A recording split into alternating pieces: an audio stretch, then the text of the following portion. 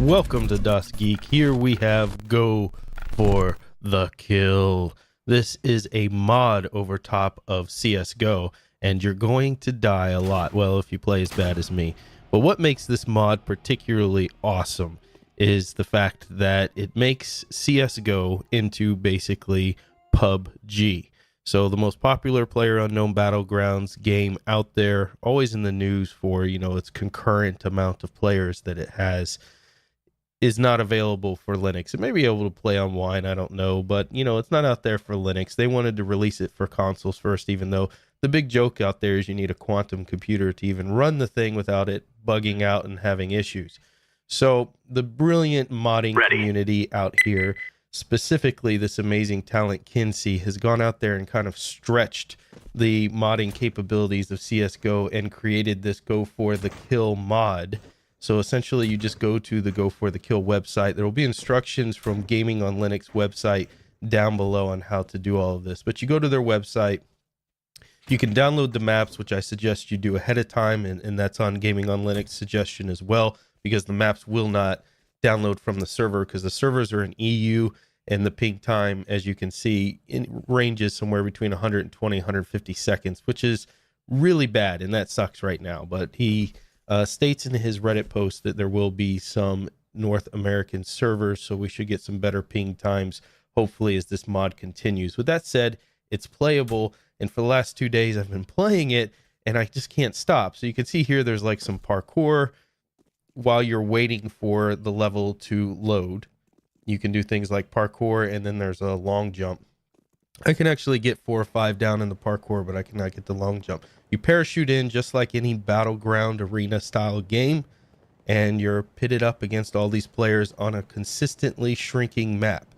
Now, if you fall outside of that shrinking map, you will die from a poisonous gas or green substance or whatever it is. Here I'm doing some melee action. This guy's running. He's scared. He sees the incredible talent that I am, and he's like, there's no way I'm going to live or survive. I'm hunting now. I am the predator, the alpha. I've got him. He's gonna die. He's trying to get a gun, not in time, but then I die. This has basically been my play. You spend 15 minutes, not 15 minutes. You spend 5 minutes waiting for a server to load, and then I die within 5 seconds. That's pretty much been my gameplay. But if you're good at CS:GO, you'll probably be good at this game. There are a lot of limitations, and there are some bugs and things out there that to be mindful of, but it's a lot of fun, and it's amazing that someone has been able to do this with a mod. There are rumors that Valve at some point was thinking, see, you can annoy people too. Valve was thinking at some point of actually making their own, basically, battlegrounds out of CSGO, but the community wasn't going to wait for that, so this individual and some other folks have gotten together and done it ahead of time.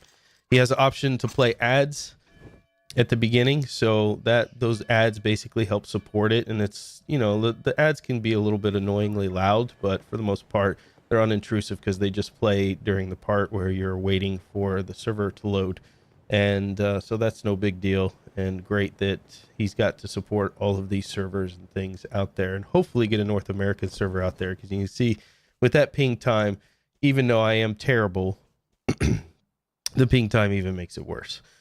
So you go around, the general premise, if you've never played one of these games, is you basically parachute into a place, you try to get as much equipment as you can as quickly as possible. The best drops you can get are when you go into an area and you immediately can grab a gun. As you can see here, all I've got is backpacks and bandages, which isn't going to do me a whole lot of good if I run into somebody. So you go searching for a gun, and then you try to be the last person alive. That's the whole goal. So here I finally found a gun. You can split bandages up. If you try to move them back between your bag and proximity, it'll give you an option to split. You can heal yourself with bandages, and you can also use med kits as well, but they take time, and they use the detonating bomb GUI, funny enough. So when you see that coming up, that's you putting a bandage on. So lots of little bugs and things. There's no scoped weapons yet, so I imagine, as with most of these things, this is kind of new. There will be lots of new things added, but right now I haven't been able to find any scoped weapons. No vehicles, which is kind of a staple in a lot of these style games. The maps are well laid out for the most part, but they're very predictable. So when you open up the map, you'll see that most of the time the gas is going to shrink towards the northwest. So if you start out in the northwest, generally you can get your weapons and just hang out there, and the map will keep shrinking and people will have to come to you. So like I said, it's like 90% of the time of the games I've played, I think I've played about 15, it's shrunken to the northwest. So that's something I think that they'll need to certainly fix. There's no character customization. Everybody looks the same until they get geared up, and then they still look the same. They've got helmets and things on. So, you know, that's a little bit different there. Highly addictive, fast game. There's lots of strategy in this. For instance, you can just not try to go get all the weapons right away and maybe go hide in the mountains with a pistol and wait for everybody else to kill each other. Loot some random areas, and eventually you'll be you versus the last person. I have done that before. I've been, you know, the number 2, but I've never actually won one yet. So I think the most people I've killed in a single game is 2 people.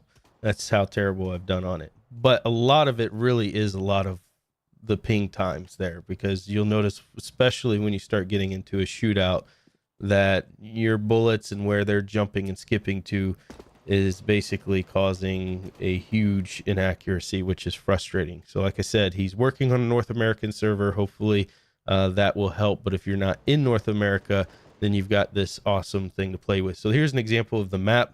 And again, it always would generally go to the northwest there. And you can see the A, B, C, D, and 1, 2, 3, 4 that were across the side. And then on your map up here, you can see it says C3 north, north, northeast. So it's got a compass in the left-hand corner that you'll see, and how many people are alive and the score, how many people you've killed.